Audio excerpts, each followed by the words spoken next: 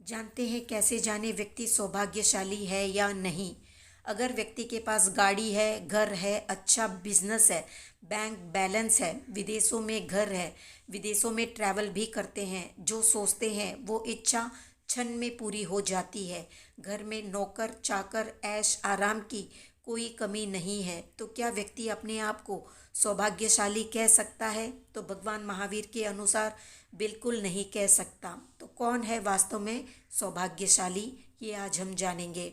तो संसार के सारे सुख कदमों में होने पर भी व्यक्ति दुर्भाग्यशाली है अगर उसके पास बोधि नहीं है, सम्यक दर्शन नहीं है, सम्यक्त्व नहीं है। तो क्यों है आखिर बोधि इतनी दुर्लभ, जानते हैं। तो इस संसार में बोधि परम परम दुर्लभ है। बोधि का अर्थ होता है सम्यक ज्ञान, परमार्थ का ज्ञान, वास्तविक ज्ञान, सम्यक्त्व प्राप्ति या सब प्रकार के दुखों का अंत करने वाले तीर्थंकर प्रणीत धर्म का बोध होना। जितने भी जीव सिद्ध हुए हैं या जितने भी जीव सिद्ध हो रहे हैं और जितने भी जीव भविष्य में सिद्ध होंगे, उनकी मुक्ति का मूलभूत कारण बोधि है। बिना बोधि अर्थात बिना परमार्थ के ज्ञान के न कभी किसी जीव ने मुक्ति प्राप्त की है, न भविष्य में ही प्राप्त कर सकेगा। इसलिए शास्त्रों में बोधि को बहुत ही दुर्लभ कहा गया है। एक संसारी प्राणी अनादिकाल से निगोद, स्थावर, त्रस, नर, नारक, तिर्यंच, देव आदि 84 लाख जीव योनियों में भटकते चले आ रहे हैं।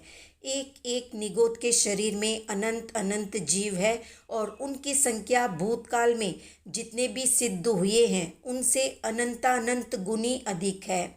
अनंत काल तक निगोद में निवास करने के बाद बड़ी कठिनाई से पृथ्वीकाय, अपकाय आदि 5 स्थावर काय में वो आता है।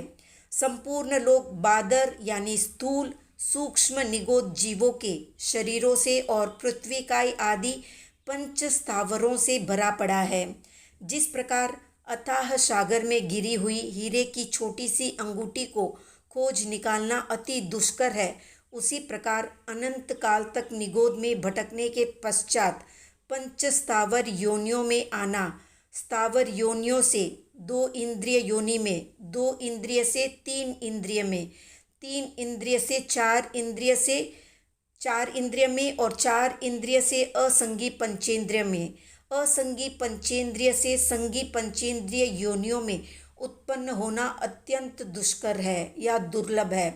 संगी पंचेंद्रिय होकर भी यदि वो अशुभ लेशिया का धारक और रौद्र परिणाम वाला होता है तो पुनः नरक, तिर्यंच, स्थावर आदि योनियों में दीर्घ काल तक भयंकर दुखों का भागी बनता है। इस प्रकार मानव भव मिलना बहुत कठिन है। पुण्य के प्रताप से मानव भव भी मिल जाए तो आर्य क्षेत्र में और उत्तम कुल में उत्पन्न होना बड़ा मुश्किल है। आर्य क्षेत्र और उत्तम कुल में उत्पन्न हो जाने के बाद भी सर्वांग पूर्ण, सुदृढ़, स्वस्थ शरीर और दीर्घ आयु के साथ सत्संगति का पाना अति दुर्लभ है। सत्संगति के मिल जाने पर भी सम्यक दर्शन, सम्यक ज्ञान और सम्यक चारित्र को पाना बड़ा कठिन है। सम्यक चारित्र के मिल जाने पर भी या उसको स्वीकार कर लेने के बाद भी जीवन भर उसका अच्छी तरह से निर्वहन करते हुए समाधि मरण प्राप्त करना और भी ज़्यादा दुर्लभ है।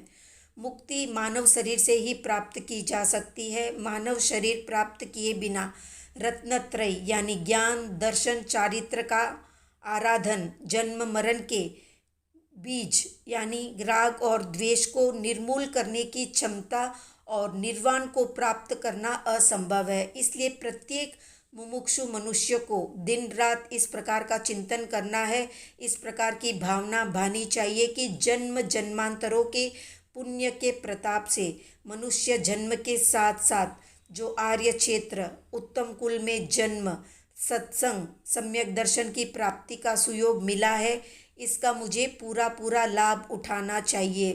विषय, कषाय या सांसारिक भोग उपभोग को छोड़कर समस्त कर्मों को निर्मूलन करने के लिए और अक्षय अव्याभात अनंत सुख को प्राप्त करने के लिए यानी मोक्ष के सुखों को प्राप्त करने के लिए निरंतर प्रयास करते रहना चाहिए। तो इस प्रकार का चिंतन दिन में एक बार जरूर करें ताकि सजगता बनी रहे। तो कितने लोगों को लगता है कि उनको बोधि मिल चुकी है और अब केवल आचरण करना शेष है? कमेंट में बताएं। वीडियो पसंद आया तो लाइक शेयर सब्सक्राइब।